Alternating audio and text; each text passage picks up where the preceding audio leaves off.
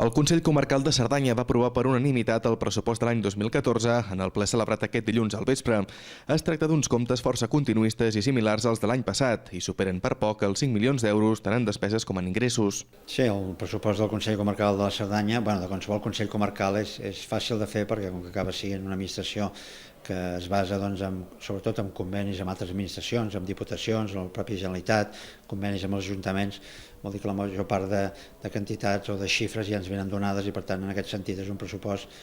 fàcil en quant a números, fàcil de fer, no? I per tant això també ens permet aprovar-lo molt aviat i és el que hem fet avui en el ple del Consell Comarcal. En el ple d'aquest dilluns, el grup d'Endavant Cerdanya, a l'oposició, va aprofitar per fer la mateixa petició que va presentar fa unes setmanes a l'Ajuntament de Puigcerdà, que es negociï per aconseguir forfets gratuïts per a tots els nens i nenes de la comarca. Pensem que ara és un bon moment per demanar la gratuïtat. Fa molts anys que es demana, però ara que volem ser, que es lluita per als Jocs Olímpics, pensem això, que tots els nens tinguin el forfet gratuït és una manera de potenciar l'esport i llavors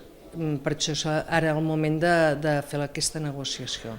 Des de l'equip de govern han assegurat que ho plantejaran a les estacions d'esquí per tal que ho puguin tenir en compte de cara a properes temporades. D'altra banda, el ple d'aquest dilluns també va servir perquè prenguessin possessió del càrrec els nous consellers comarcals de Convergència i Unió i d'Endavant Cerdanya, que han rellevat altres consellers dels mateixos grups fruit d'acords interns.